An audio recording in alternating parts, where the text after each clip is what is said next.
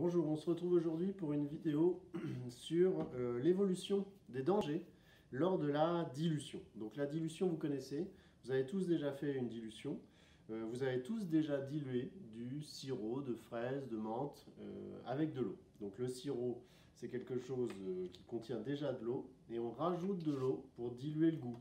D'accord? Donc par exemple, on va prendre un volume de sirop et on va ajouter 7, 8, 9 volumes d'eau pour obtenir en tout par exemple 10 volumes, et on aura passé le volume de 1 à 10, on aura fait une dilution par 10. Voilà comment ça fonctionne. En ajoutant donc 9 volumes d'eau, on fera une dilution par 10. Donc c'est une petite réflexion, petite gymnastique intellectuelle, mais ça va bien se passer. Donc ici, je vais essayer de diluer par 10 deux solutions qui présentent des dangers qu'on a déjà étudiés ensemble. L'acide chlorhydrique, qui sera versé dans ce bécher-là, le bécher A, et l'hydroxyde de sodium, donc la soude, dans le bécher B. J'ai préparé, comme à notre habitude, du papier pH, des petits morceaux, pour voir l'évolution des dangers. Alors on peut commencer tout de suite pour partir de la solution mère, la solution point de départ. Donc quel est le pH de la solution d'hydroxyde de sodium lorsqu'elle n'est pas diluée? Par comparaison à l'échelle de teinte, j'obtiens bien le bleu correspondant à un pH 14. Donc ça, c'est ce qu'on avait vu dans notre vidéo sur le pH des solutions usuelles. Donc ici, avec l'acide chlorhydrique, qu'est-ce qu'on obtient? On obtient quelque chose de très rose. Et la comparaison de l'échelle de teinte nous donne un pH égal à 1 unité. Donc très dangereux. Dans les deux cas, que ce soit la base ou l'acide, ces deux solutions, telles qu'elles sont ici, sont très dangereuses. Qu'est-ce qui se passe quand on les dilue? Donc comment va-t-on faire pour les diluer? Pour mesurer des volumes, au collège, vous avez l'habitude d'utiliser plutôt des éprouvettes graduées. Donc je vous en ai sorti quelques-unes. C'est souvent ce que demande l'élève lorsqu'il veut procéder à des mesures de volume ou à la dilution. Alors la première hypothèse souvent c'est aussi de compter des gouttes. Eh bien je vais rajouter, puisqu'on travaille en microchimie, on essaye un maximum de protéger l'environnement, à 7 gouttes d'acide, je vais rajouter 9 gouttes d'eau et je vais regarder ce qui se passe. Donc j'ai préparé de l'eau déminéralisée ici pour faire ces ajouts, ce que normalement vous faites en classe. Moi, je vais plutôt utiliser des instruments qui sont un peu plus précis, donc on appelle des fioles qui sont jaugées avec un seul trait de jauge. Donc ici, on a des fioles de 50 millilitres, d'accord? On a aussi des fioles de 100 millilitres. Et on a évidemment des fioles de 1000 millilitres, la fiole d'1 litre, d'accord? Donc ça, c'est très précis. Pourquoi? Parce que le trait est à l'endroit le plus refermé du col, donc où on a la plus grande élévation lorsqu'on rajoute une goutte, et on va pouvoir, avec le bas du ménisque, la mesure qu'on a appris depuis la 6e, à placer son œil bien en face du trait et le ménisque en bas, le trait bien en bas du ménisque, à avoir une reproductibilité de la mesure, et ça le fabricant, le constructeur le sait, donc il a fait en sorte que cette mesure de volume soit très précise. Donc voilà ce qu'on va utiliser. On va aussi utiliser quelque chose que vous n'avez pas forcément l'habitude d'utiliser au collège, c'est la pipette ici graduée avec sa propipette pour pomper. Vous avez plutôt, vous, les petites pipettes en plastique. Donc on y va, on commence par l'acide chlorhydrique. Donc je verse mon acide chlorhydrique dans mon bécher et je vais prendre de cette solution 10 millilitres. Ou 5 millilitres si j'utilise, pour respecter au maximum l'environnement, je peux prendre 5 millilitres que je vais placer dans la fiole de 50 millilitres. Donc là, je vide ma poire, je vide la poire de son air. Voilà, et je vais faire monter en appuyant ici sur la poire, je vais faire monter la solution dans ma pipette.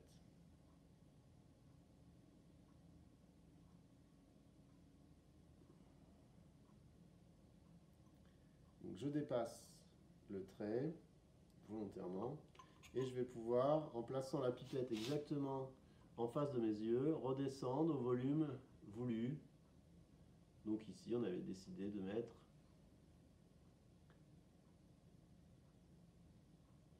5 ml que je vais placer dans cette fiole jaugée de 50 ml. Ok. Je vais tout de suite rincer ma pipette à l'eau distillée. Voilà, donc dans ma poubelle, je rince.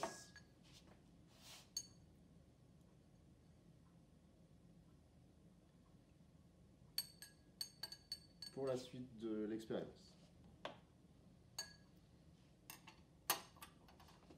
Alors maintenant, je vais venir ajouter dans cette fiole jaugée mon volume d'eau. Donc là, je vais en mettre les 3/4 pour pouvoir mélanger tranquillement.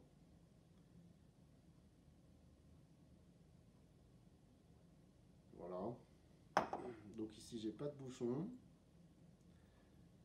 mais le mélange s'opère relativement correctement. Donc là, je suis en train de diluer. Voilà. Ma solution. Donc je me rapproche du trait de jauge qui est au niveau du col. Donc je vais y aller progressivement et je vais finir avec la pincette pour être plus précis. Donc à la goutte près, voilà.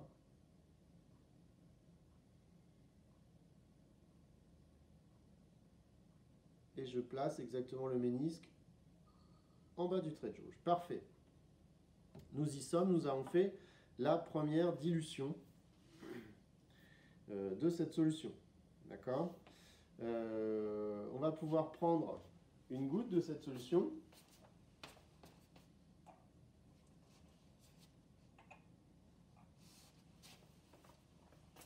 Donc je vais la verser dans ce bécher. Et je vais faire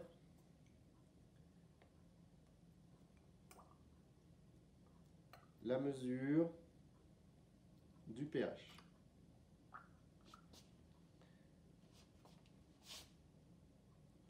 Donc je vais juste verser une goutte sur ce papier pH.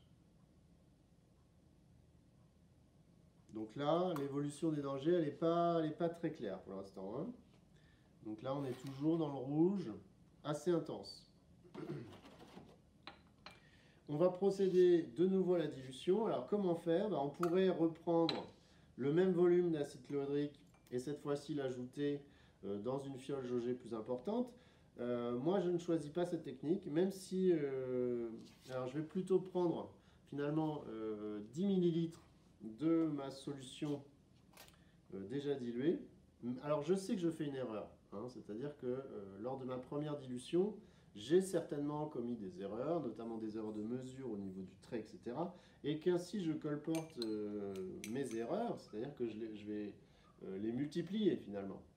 Mais d'un autre côté, alors posons-nous la question de est-ce que la précision de ma mesure prime sur la planète? Parce que moi je ne veux pas gâcher finalement de la solution. Alors ça c'est quelque chose qui pour moi est plus important. Donc ici je vais prendre cette 10 ml de solution et je vais de nouveau donc les diluer par 10. Donc là, dilué par 10 et encore par 10, ça veut dire qu'en tout, j'aurais dilué par 100. Voilà. Donc là, j'ai mis mes 10 ml dans cette fiole jaugée. Je procède au lavage de ma pipette.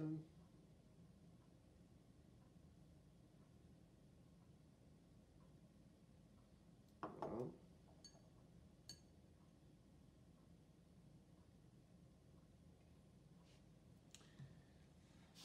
Ok. et on va pouvoir procéder de nouveau à la dilution. Donc là, je verse aux 3/4.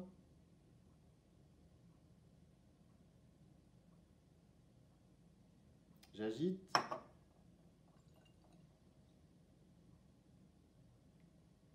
Et je complète jusqu'au trait de jauge.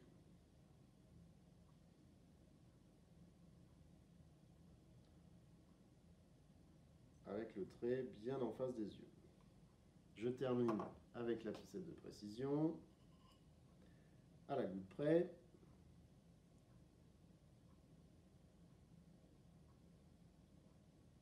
Voilà. Et de nouveau, je vais pouvoir verser dans un autre bécher.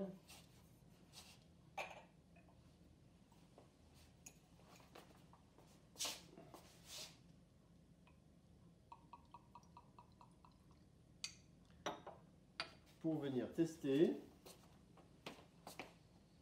le pH de cette solution. Donc là, on est sur une solution diluée 10 fois et 10 fois encore, donc diluée par 100.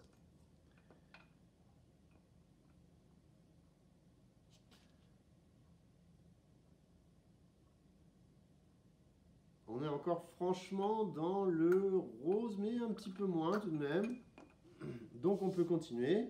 Et on va prendre cette fois-ci encore 10 ml de cette solution pour terminer la dilution, obtenir la dilution par 1000. Donc on y va, je vais prendre 10 ml de cette solution que je vais pouvoir verser de nouveau.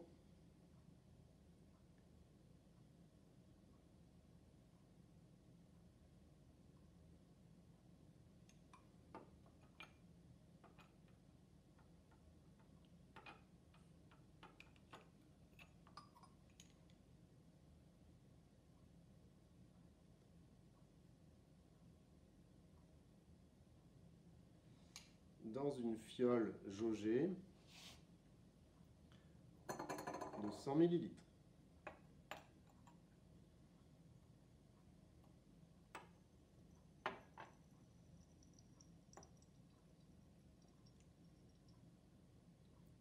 Donc ça, c'est ma dernière dilution, pour la solution acide en tout cas.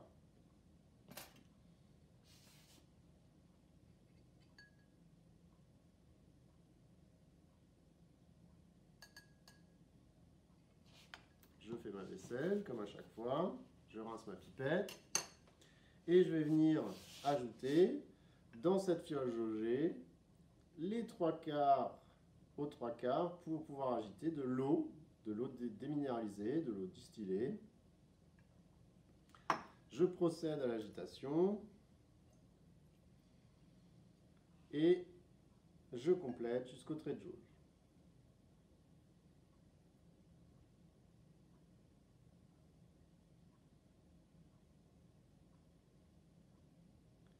À l'approche du trait, je prends la pipette compte-goutte, la picette, pour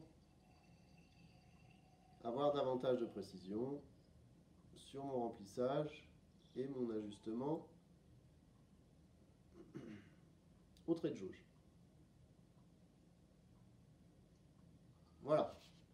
Là, j'ai donc ma solution diluée par 1000. Un nouveau contenant. Donc ici, un bécher.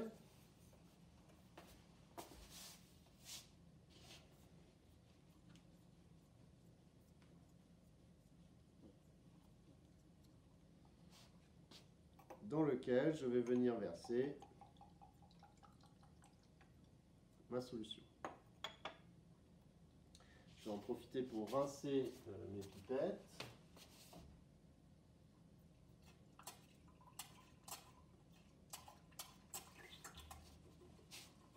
Pour ne pas fausser ma mesure.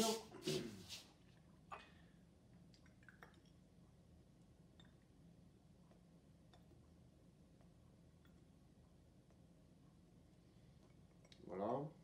Et je vais venir verser une goutte de cette solution diluée par 1000 sur mon dernier morceau prévu pour les mesures de papier, les mesures de solution acide. Voilà, donc là il y a clairement une évolution.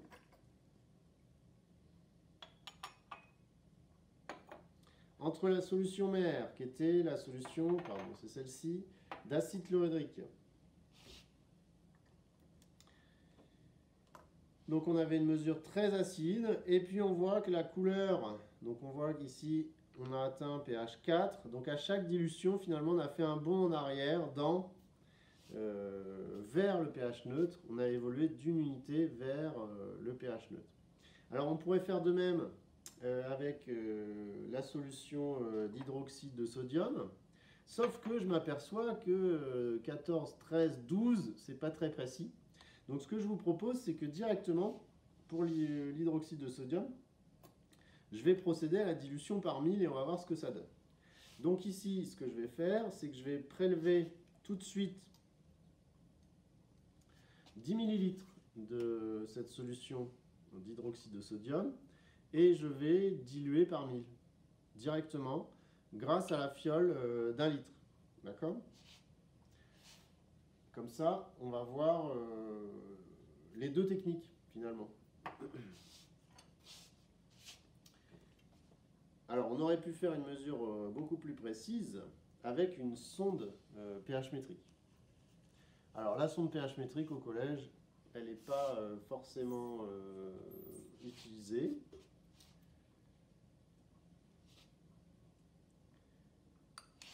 Donc, on préfère ici faire cette manip avec les élèves, avec du papier pH.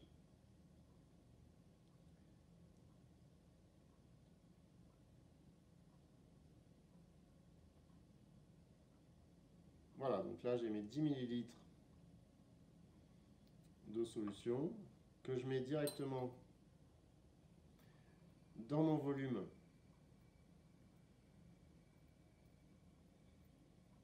d'1 litre, donc de 1000 millilitres. Donc là j'essaye de passer de 10 à 1000 millilitres.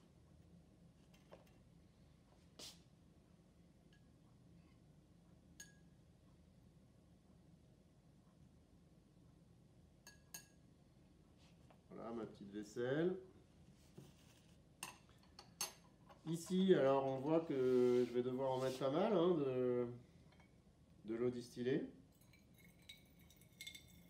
Alors certes, on conçoit tout de suite que cette technique, notamment par rapport à l'environnement, elle est plus coûteuse. Parce que l'eau distillée, ça a un coût énergétique aussi. C'est-à-dire que pour déminéraliser de l'eau, donc il y a deux techniques. Soit il y a l'osmose qui fait passer dans des résines qui, elles aussi, doivent être recyclées, coûteuses. Hein. Soit donc l'eau distillée, que nous on pratique plutôt au laboratoire lorsqu'on n'achète pas de l'eau déminéralisée. Eh bien il faut chauffer, ça on l'a vu en 5e. Ça coûte énormément d'énergie, énergie électrique, énergie thermique.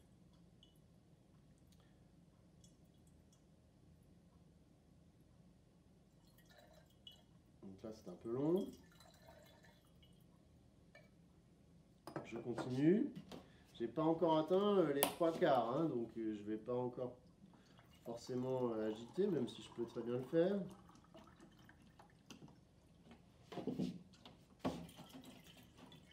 Voilà, ce sera fait. De toute façon, 2 agitations valent mieux qu'une. Et puis en plus, quand je verse, il est évident que l'agitation se continue.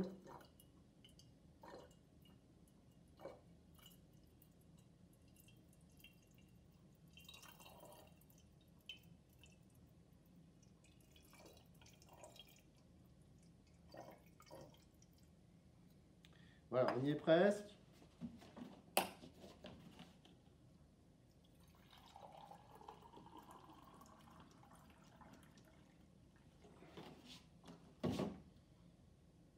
Donc une petite agitation. Voilà.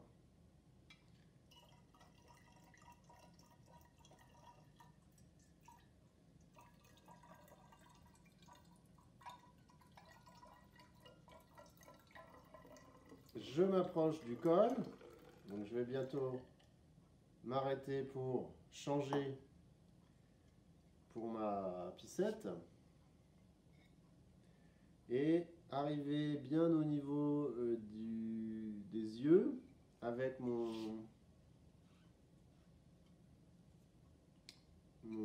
col et mon ménisque et mon trait de jauge. Donc le ménisque doit être juste au-dessus du trait de jauge qui lui est bien aligné, bien en face des yeux.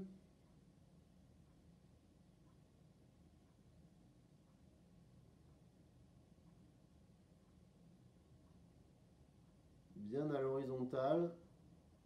Voilà, donc là j'ai le niveau de l'eau, on le voit bien, qui est bien horizontal et j'ai obtenu ma dilution par 1000. Très bien, donc je vais utiliser cette fois-ci un verre à pied pour pouvoir vider une partie de ma solution fille, hein, diluée de la solution mère d'hydroxyde de sodium. Donc là, on a passé directement de la solution mère à la solution diluée par 1000. Donc a priori, notre hypothèse, c'était de dire ça devrait changer quelque chose en termes de danger. Donc on va regarder ce que ça change. Donc je prends un peu de cette solution. Je vais aller de nouveau rincer la pipette.